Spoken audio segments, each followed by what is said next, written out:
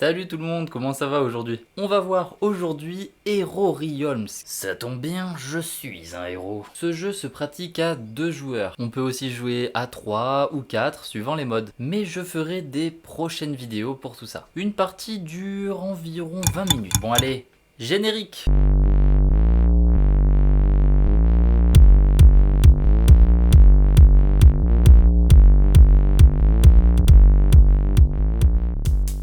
On commence avec la liste du matériel. Au début, tu dois choisir un personnage. J'en ai pris 2 pour représenter moi et mon adversaire. Ensuite, tu as ces cartes qui te permettent de faire tes points de vie. Il y a une face avec plus 80 et une normale qui va de 0 à 9. Ensuite, tu as cette carte avec par exemple le 0. Si je fais ça, tu as 4 points de vie.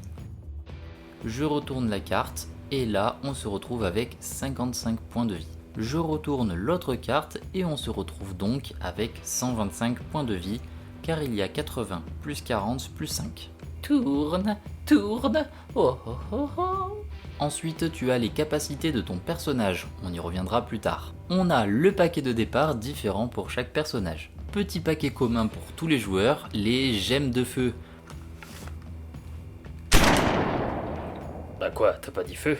Et pour terminer avec le matériel, le deck commerce avec tout un tas de cartes. Passons aux factions. Ah ah, il fait des rimes. Tu as les symboles ici. Première carte, la faction de la guilde, la faction sauvage, la faction de Necros, puis la faction impériale. La mise en place. Après avoir mélangé le deck commerce, tu le places ici et la zone de défausse à côté. Ici, on a le marché, on retourne 5 cartes. Le paquet avec les gemmes de feu, tu le mets à l'opposé du marché. Non, laisse ça tranquille. Après, tu peux mettre ton personnage. Ici, on peut voir qu'il a 60 points de vie.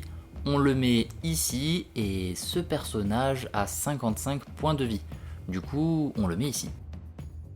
Tu mets les points de vie en conséquence. Donc, le guerrier avait 60.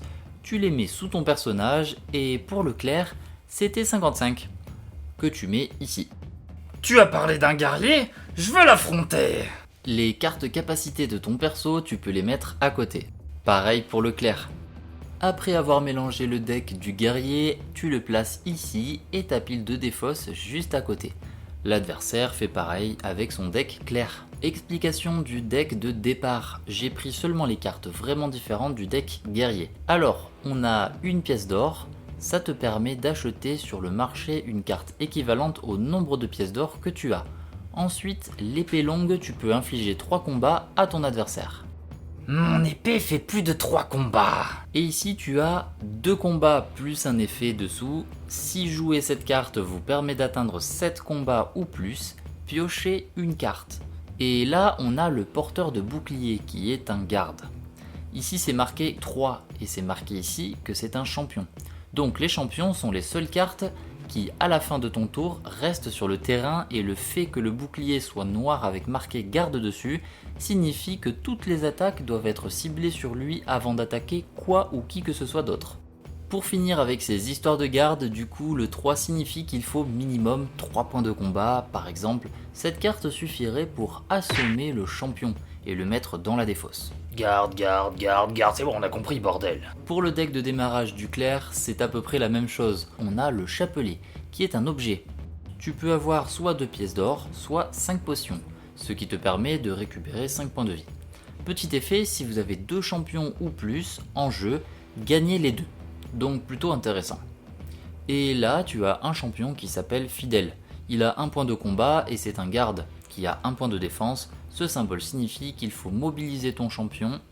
Il suffit juste de tourner la carte pour utiliser son effet. Ensuite, les cartes capacités qu'on a vues tout à l'heure. Ce symbole signifie qu'il faut sacrifier ta carte, donc la supprimer définitivement, ce qui te permet d'infliger 8 points de combat à ton adversaire. Puis tu as cette capacité qui est permanente. Pour l'utiliser, il faut payer 2 pièces d'or et mobiliser cette carte en la tournant aussi pour infliger 2 points de combat à ton adversaire. Donc tu peux utiliser cette carte chaque tour. Oh, Gouzi Gouzi, qu'il est mimi. Détruire! Petite explication des cartes, on prend par exemple ces deux-là, on peut voir que la faction est importante car ici on a un effet additionnel. C'est-à-dire que si tu as une deuxième carte de la même faction en jeu, là c'est le cas, eh bien tu as un effet en plus. Avec cette carte tu gagnes plus une pièce d'or, et avec elle tu as mobilisé un champion. Il s'agit tout simplement, s'il y a par exemple un champion ici, de tourner sa carte, ça le mobilise. Je ne pourrai pas utiliser mon champion au prochain tour. En haut à droite, tu as le coût de la carte. Ici c'est 2 et sur cette carte c'est 4. Donc si tu veux les acheter, il faut 4 ou 2 pièces d'or. Et c'est parti pour les effets des cartes. Là, l'adversaire ciblé se défausse d'une carte, donc l'autre joueur prend une carte de sa main et il la met dans sa défausse. Ici, assommer le champion ciblé. Piocher une carte. Il faut choisir un champion adverse en jeu qu'il met dans sa défausse. Là, on a mettez la prochaine carte action dont vous faites l'acquisition ce tour-ci au-dessus de votre deck. Les actions, on les reconnaît car c'est marqué tout en haut. Et pour terminer, on a vous pouvez sacrifier une carte de votre main ou de votre défausse. Il marque vous pouvez donc ce n'est pas obligatoire, mais tu peux prendre une carte de ta main ou de ta défausse et la sacrifier, c'est-à-dire la retirer du jeu, donc tu pourras plus du tout l'utiliser. Oui, sacrifions Pac-Barreau. Dernière explication des cartes, c'est un champion aussi, mais le bouclier est gris. Il reste tout le temps sur le terrain, mais on n'est pas obligé de l'attaquer contrairement aux gardes. Déroulement d'un tour, le premier joueur pioche 3 cartes lors du premier tour, et le deuxième joueur 5 cartes. Là j'ai 4 pièces d'or, alors je vais acheter pour l'équivalent de mon argent. Je mets mes pièces dans la défausse et j'achète ces 2 cartes qui ont un coût de 3 et de 1. Et je les mets dans la défausse aussi. On n'oublie pas de retourner des cartes sur le marché et c'est à mon adversaire. Voici sa main, il a 4 pièces d'or et un champion. Il le pose sur son terrain et il va utiliser ses pièces d'or. Là, il a par exemple cette carte qu'il doit mettre dans sa défausse. Il peut supprimer directement 2 pièces d'or, il pense à retourner une carte et on peut voir que celle-ci coûte 5. Si toutefois elle coûtait 2, il aurait pu l'acheter aussi. Là, il va prendre une gemme de feu pour 2 pièces d'or et il met tout ça dans la défausse. Il décide ensuite de m'attaquer, il mobilise son champion et m'inflige un point de combat. Je perds un point de vie, donc de 60 je passe à 59. C'est bien, tu sais compter. C'est la fin de son tour, il pense alors à mobiliser son champion dans l'autre sens et c'est à moi de jouer. Que faire quand on n'a plus assez de cartes dans son deck pour former une main ? J'ai sur cet exemple que 4 cartes, donc je vais prendre ma défausse, la mélanger, puis piocher le nombre de cartes manquantes. Ici, une seule carte.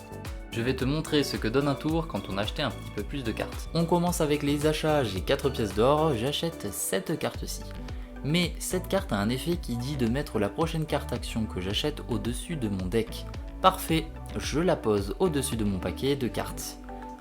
On a celle-ci, celle-là qui restera car c'est un champion et on a cette carte qui est un champion aussi. Mais on voit que si j'ai une autre carte de cette faction-là, c'est le cas, je vais pouvoir piocher une autre carte. Ce que je fais est, haha, surprise, c'est la carte que je viens d'acheter. Du coup, ça me fait 3 champions en jeu, on passe maintenant aux dégâts. J'inflige 2, ici 2 aussi, là on inflige 3 et là on a plus un combat pour chaque autre carte de la faction sauvage. Donc là on a 3, 5, 8 et ici on a encore 5, ce qui nous fait un total de 13 points de combat. Le gagnant est le premier à faire tomber son adversaire à 0 points de vie, c'est moi qui aurais perdu. Et c'est l'heure de se dire au revoir. Si t'as des questions ou des suggestions, n'hésite pas à m'écrire en commentaire. Pour louper aucune de mes vidéos sur le thème geek, abonne-toi. Allez, à la prochaine, ciao ciao.